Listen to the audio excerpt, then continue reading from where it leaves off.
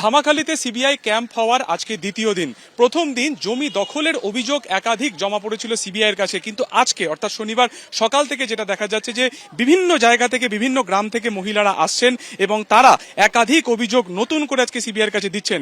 কেউ অভিযোগ করছেন যে থানার তরফে তাদের গ্রামে যাচ্ছে এবং কাউকে না কাউকে তুলে নিয়ে যাবে এমন হুমকি যেমন দেওয়া হচ্ছে, যে কারণে তারা রাত জেগে পাহারা দিচ্ছেন। কোথাও তারা শঙ্খ উলুধ্বনিও বাজাচ্ছেন রাত্রেবেলাতে বিভিন্ন গ্রামে।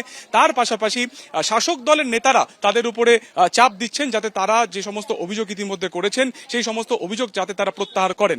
এই সিবিআই ক্যাম্প ধামাখালীতে হওয়ার খবর শুনে তারা মহিলারা যারা রয়েছেন তারা প্রত্যেকে এখানে এসেছেন এবং একে একে লিখিত অভিযোগ দায়ের করছেন সিবিআই এর অফিসারদের কাছে যারা ক্যাম্পে রয়েছেন। দলে দলে গ্রাম থেকে মহিলারা আসছেন, যেখানে জমি দখলের পাশাপাশি শাসক দলের নেতাদের বিরুদ্ধেও তারা একাধিক অভিযোগ করছেন এবং পুলিশের বিরুদ্ধেও তারা কিন্তু নিষ্ক্রিয় থাকারও অভিযোগ সিবিআইয়ের কাছে করছেন।